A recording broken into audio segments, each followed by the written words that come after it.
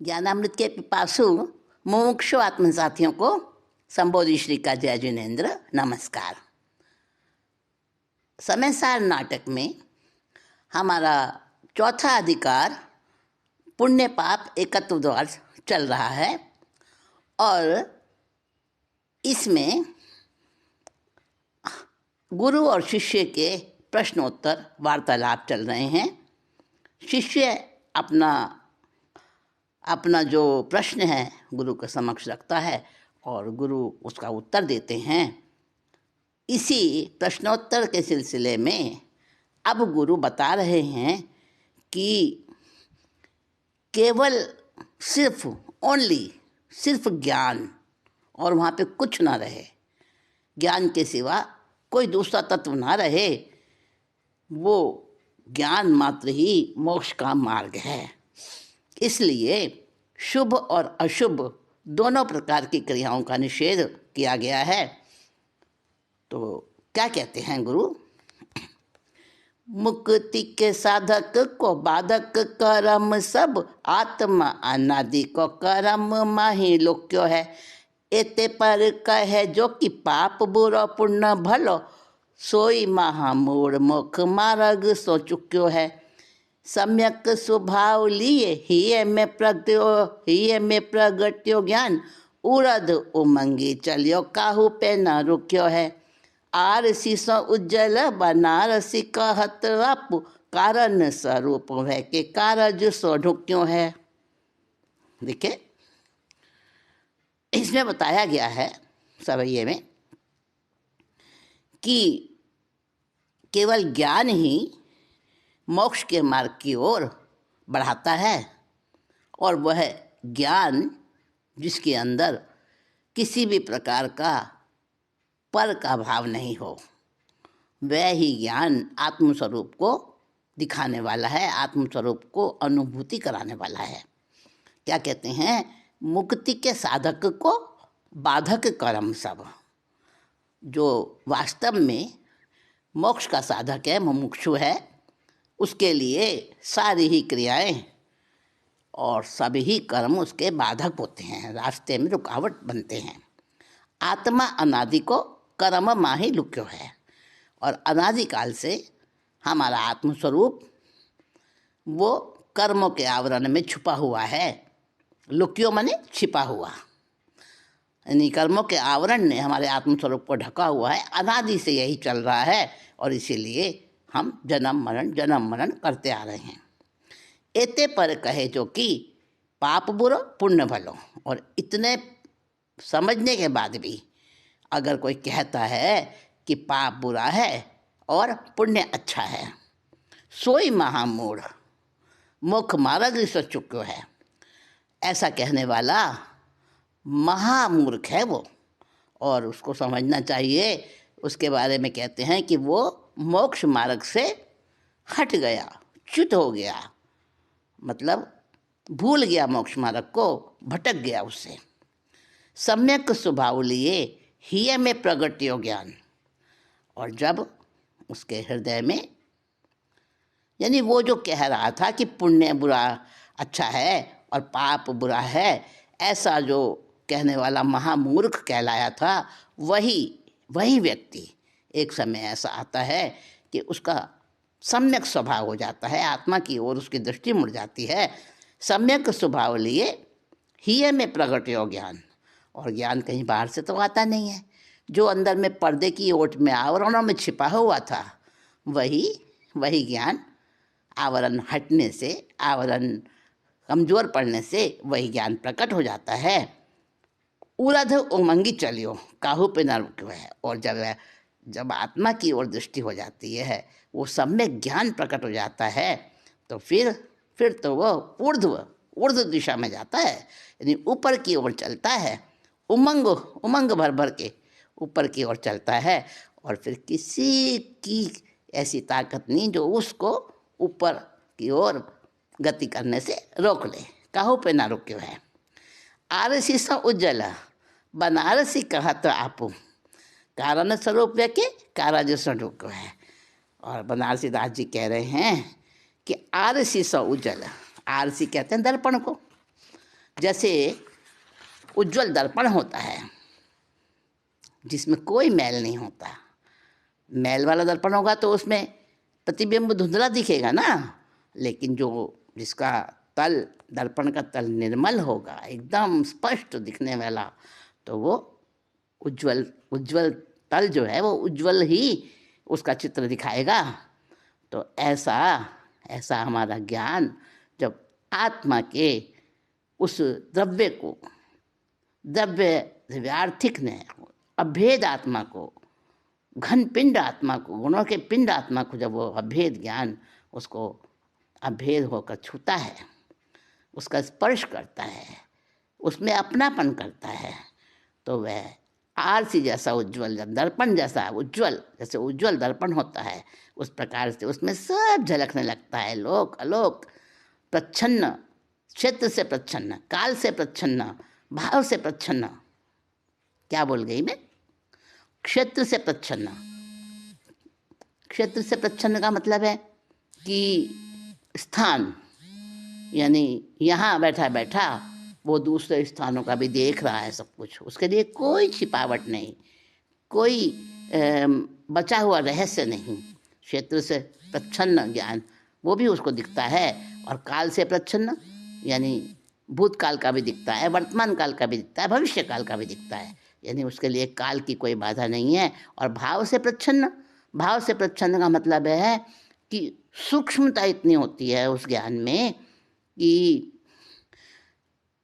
पर्याय में भी अनेकों सूक्ष्म पर्याय जो अंदर धसी हुई हैं वो भी उसको दिखने लगती है। अब पर्याय एक समय की होती है, एक समय से ज़्यादा होती नहीं है पर्याय, और एक समय पकड़ में आता नहीं है। तो उस एक समय में होने वाली जो पर्याय है उसको स्थूल पर्याय कहा, मोटी पर्याय कहा, और उस स्थूल पर्याय के अंदर अनेकों सूक्ष्म पर्याय उसमें धसी हुई होती हैं, और उन सूक्ष्म पर्यायों को भी वो देख लेता है। कैसे होते हैं सूक्ष्म पर्याय? उदाहरण दिया कि जैसे मानो एक 1-1.5 महीने का छोटा बच्चा है। अब वो हर समय, हर मिनट पे वो बढ़ रहा है ना, बढ़ रहा है। उसके अंग भी थोड़े थोड़े बड़े हो रहे हैं, नाक जितनी छोटी थी उसकी अंगुलियां जैसी छोटी थी थोड़ी थोड़ी बड़ी हो रही है ना, यानी कि समझो 2 महीने में वो बच्चा 1 अंगुल बढ़ता है।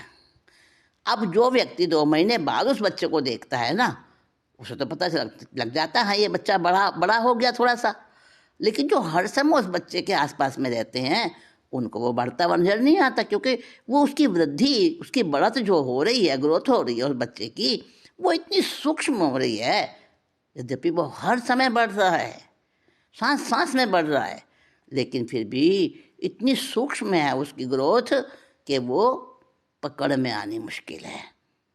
तो एक समय स्थूल है, और एक समय के स्थूल ज्ञान में भी सूक्ष्म सूक्ष्म बहुत सारी ज्ञान की पर्याय होती हैं। तो वो भाव से प्रच्छन्न, यानी जो जल्दी से नहीं दिखता उसको भी वो जानता है, देखता है, ऐसा उसका दर्पण जैसा उज्ज्वल ज्ञान उसका हो जाता है। और फिर कार्य स्वरूप वह के वो कार्य खुद बन जाता है, और कार्य स्वरूप का है, और कारण बन जाता है अपने ही कार्य का। आत्मा के उद्धार का जो कार्य होता है, आत्मा के सफलता का, आत्मा के साक्षात्कार का जो कार्य होता है, उसके लिए स्वयं ही वो कारण बन जाता है। निर्मल ज्ञान, उसकी वो शुद्ध पर्याय जो है ज्ञान की, विशुद्धता पूर्वक बढ़ा हुआ ज्ञान जो किसी के रोके से रुकता नहीं है, बढ़ता ही जाता है, और पूर्व अवस्था में जो ज्ञान उत्पन्न हुआ वह कारण बनता है, और अगले पर्याय वाला उसका कार्य बन जाता है। तो कारण और कार्य की परंपरा आगे बढ़ती जाती है, और ये होते होते उसकी अपने कार्य की सिद्धि कर लेता है, अर्थात कृत्य हो जाता है, सिद्ध स्वरूप बन जाता है। ज्वलो अष्टकर्म को विनाश नाही सर्वथा, तौलो अंतरात्मा में धारा दोई बरनी। एक ज्ञान धारा एक शुभ कर्म धारा, दोहों की प्रकृति न्यारी न्यारी न्यारी धरनी। इतना विशेष जो कर्म धारा बंध रूप, पराधीन सकति विविध बंध करनी। ज्ञान धारा मोक्ष रूप, मोक्ष की करन हार, दोख की हरन हार भव समुद्र तरनी। क्या कह रहे हैं? ज्वलो माने जब तक, अष्टकर्म को विनाश नहीं सर्वथा, आठों कर्म उनके भेद उपभेद वो सारे के सारे जब तक पूरे नष्ट नहीं हो जाते हैं, सर्वथा 100% जब तक पूरे कर्मों का आत्यंतिक विनाश नहीं हो जाता है, तब तक, तौलो माने तब तक, अंतरात्मा में धारा दोई बरनी। दो प्रकार की धारा चलती है अंतरात्मा में। कौन सी दो धारा चलती हैं? शुभ धारा और अशुभ धारा, यानी शुभ कर्म की धारा और अशुभ कर्म की धारा, दोनों ही बंद कराती हैं। शुभ कर्म धारा जो है वो पुण्य का बंद कराती है, और पाप कर्म धारा अशुभ कर्म धारा पाप का बंद कराती है। दोनों ही बंध रूप हैं। दोनों धाराओं का अलग अलग स्वभाव होता है, अलग अलग सत्ता होती है। एक ज्ञान धारा, एक शुभ कर्म धारा। एक तो ज्ञान धारा होती है, ज्ञान चेतना, और एक होती है शुभ और अशुभ कर्म चेतना। तो एक शुभ और अशुभ कर्म की धारा होती है, कभी उसमें शुभ आता है कभी उसमें अशुभ आता है, और दूसरी एक ज्ञान धारा होती है। दोनों धारा साथ साथ चलती हैं, लेकिन दोनों की प्रकृति न्यारी, दोनों की स्वभाव प्रकृति अलग अलग होती है, और उनकी न्यारी न्यारी धरनी मतलब सत्ता, उनकी सत्ता भी अलग अलग होती है। इतना विशेष जो कर्म धारा बंध रूप, जो कर्म की धारा है ना, जो बंध रूप है, चाहे वो शुभ है चाहे वो अशुभ है, पराधीन शक्ति विविध बंध करनी। इतना जरूर उसमें विशेषता है कि कर्म धारा बंध रूप है और वो आत्मशक्ति को पराधीन करती है। पराधीन करने का मतलब कर नहीं सकती, एक द्रव्य दूसरे द्रव्य में कुछ नहीं कर सकता, क्योंकि वो कर्म तो पुद्गल है ना, पुद्गल द्रव्य है वो, और ये आत्मद्रव्य है। कर नहीं सकते, परंतु एक दूसरे पर प्रभाव उनका पड़ता है। तो उस प्रभाव के कारण वो जो है ना मान लेता है कि हाँ मैं ऐसा हूँ, हाँ मैंने ये गलत काम किया, हाँ मैंने ये सही काम किया। तो वो अपने को मान लेता है कर्ता, मान लेता है भोक्ता, और वो ही उसको बंधन में डालता है। अपनी मान्यता ही उसको बंधित कर देती है, तो इससे वो पराधीन हो जाता है। तो कहते हैं इतना विशेष जो कर्म धारा बंध रूप, पराधीन शक्ति विविध बंध करनी, और वह पराधीन होकर बहुत सारे तरह तरह के बंध करवाती है। वो कौन? कर्म धारा। ज्ञान धारा मोक्ष रूप, मोक्ष की करनहार, और दूसरी जो ज्ञान धारा है वो मोक्ष रूप होती है और मोक्ष को देने वाली होती है। और फिर दुख की हरनहार, जितने भी दुख और दोष हैं उन सबको हरण करने वाली होती है, दूर करने वाली होती है, नष्ट करने वाली होती है। और वो भव समुद्र तरनी, वो भव के जो समुद्र है, जन्म मरण का समुद्र है, उसको पार कराने वाली वो धारा होती है। तो ये बताया ज्ञान धारा और शुभ अशुभ कर्मों की धारा, इन दोनों की सत्ता एक साथ चलती है, और एक साथ चल के भी अपना अपना अलग अलग कार्य करती है। अब कहते हैं और समझा रहे हैं गुरु कि जैसा कर्म करोगे वैसा फल मिलेगा, और ज्ञान से तो मोक्ष ही है। और ज्ञान का स्वभाव क्या है? बस स्व में आना, पर की ओर नहीं जाना, ना पर भाव में ना पर द्रव्य में, कोई दृष्टि ही नहीं डालनी। जब ऐसा ज्ञान आता है, ऐसा उज्ज्वल निर्मल ज्ञान आता है, तो उससे तो मोक्ष ही होता है। समुझे न ज्ञान कहे कर्म की सो मोक्ष, ऐसे जीव विकल मिथ्यात की गहल में। ज्ञान पक्ष गहे कहे आत्मा अबंध सदा, बरते सुछंद ते बूढ़े हैं चहल में। जथा जोग कर्म करे पे ममता न धरे, रहे सावधान ज्ञान ध्यान की टहल में। तेई भव सागर के ऊपर वह तरे जीव, जिन्हीं को निवास स्यादवाद के महल में। अब बताया है कि कुछ ऐसे व्यक्ति होते हैं जो कर्म से ही मोक्ष मानते हैं, ज्ञान को समझते ही नहीं है, वो क्रिया से ही मोक्ष मानते हैं। और कुछ ऐसे होते हैं जो कहते हैं क्रिया से क्या होता है, ज्ञान होना चाहिए, वो ज्ञान से मोक्ष मानते हैं। तो शुष्क ज्ञान और जड़ क्रिया दोनों ही बाधा बन जाते हैं मोक्ष की। तो ऐसे व्यक्तियों की बात बता रहे हैं, दोनों को अलग अलग करके समझा रहे हैं। समुझे न ज्ञान कहे कर्म किए सो मोक्ष। अब कहते हैं कि ज्ञान को तो कुछ समझते नहीं है, जो क्रियावादी हैं वो कहते हैं बस क्रिया करे जाओ, अच्छी अच्छी क्रिया करो, उसी से मोक्ष हो जाएगा। ऐसे जीव विकल मिथ्यात्व की गहल में, समझो जैसे उन्होंने कोई नशा कर रखा है मिथ्यात्व का, पागलपन है मिथ्यात्व का उनके अंदर में, और वो मिथ्यात्व के पागलपन में ऐसे जीव बेचैन ही रहते हैं हमेशा। विकल माने बेचैन। ज्ञान पक्ष गहे कहें आत्मा अबंध सदा। और दूसरे होते हैं जो शुष्क ज्ञानी होते हैं, वो कहते हैं बस ज्ञान ज्ञान ज्ञान, अच्छा अच्छा ज्ञान करो, और क्रिया का क्या है, क्रिया से तो कभी कोई मोक्ष गया है क्या आज तक? हाँ, ज्ञान से मोक्ष हो सकता है। तो वो ज्ञान का ही पक्ष लेते हैं, ज्ञान पक्ष गए हैं, कहें आत्मा अबंध सदा, और कहते हैं कि भाई हम तो ऐसा ही मानते हैं। एकांतवादी है ना दोनों, वो क्रिया को मान रहे एकांत रूप से, और ये ज्ञान को मान रहे एकांत रूप से, सांख्यवादी वगैरह। तो वो कह रहे हैं ज्ञान पक्ष गए कहें आत्मा अबंध सदा, और कहते हैं भाई आत्मा को तो कोई बंध होता नहीं है कर्म वरम का, ये सब बेकार की बातें हैं, बस ज्ञान करो। बरते सुछंद, और अपने स्वच्छंद होके मनमानी करके सारा व्यवहार करते हैं। तेऊ बूढ़े हैं चहल में, समझो कि तेऊ माने ऐसे लोग, बूढ़े मतलब डूबे हुए, जकड़े हुए, चहल कहते हैं कीचड़ को, मानो वो कीचड़ में दलदल में धंसे हुए हैं। अपनी मनमानी जो है ना, जो इस प्रकार की उन्होंने वृत्ति बना रखी है मनमानी, उसी में उसी की दलदल में फंसे रहते हैं। ये दोनों ही प्रकार के एकांतवादी हैं, कोई शुष्क ज्ञानी है, कोई जड़ क्रियावादी है। तो इन दोनों से हटके अब तीसरे प्रकार के व्यक्ति होते हैं, जथा जोग कर्म करे पे ममता न धरे। जथा जोग का मतलब जैसा उनको समय अनुसार जो कार्य है वो कर लेते हैं, उस पर कोई ममत्व, मोह, ममता, राग, द्वेष, आसक्ति, तन्मयता उसके अंदर में नहीं लाते हैं। रहे सावधान ज्ञान ध्यान की टहल में, और ज्ञान के समय ज्ञान करते हैं, ध्यान के समय ध्यान करते हैं, सेवा वगैरह करते हैं, ज्ञान और ध्यान की सेवा में ही लगे रहते हैं।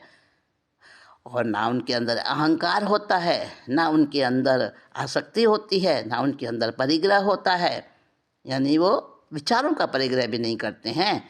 तो ऐसे ऐसे जो जीव होते हैं, वो ज्ञान धारा के अनुसार चलने वाले, वो क्या करते हैं, तेई भव सागर के ऊपर वह तरे जीव, वो भव सागर के ऊपर ऊपर तैरने वाले बन जाते हैं। जैसे कि कोई जहाज तैरता है, जहाज ऊपर ऊपर तैरता ना पानी के ऊपर, हाँ, तो वो ऐसे ऊपर ऊपर पानी के सरफेस पर तैरने वाले हो जाते हैं, और जन्म मरण उनका कुछ नहीं बिगाड़ सकता।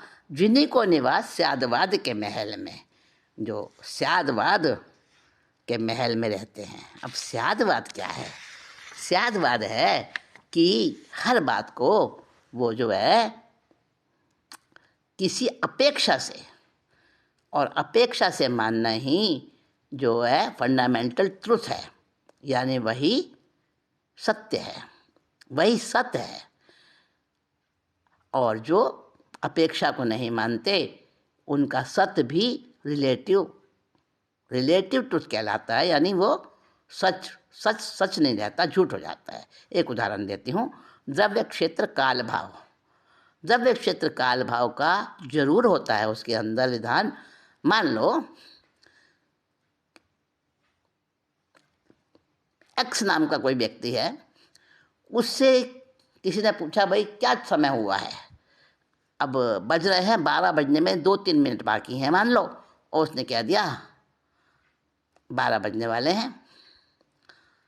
अब उसने तो सही कहा, गलत नहीं कहा उसने, वो ये भी क्या देगा 12 बजने में 2 मिनट बाकी हैं, तो भी उसका सत्य रिलेटिव ट्रुथ कहलाएगा, है ना, फंडामेंटल ट्रुथ नहीं कहलाएगा। क्यों? एब्सोल्यूट ट्रुथ नहीं कहलाएगा।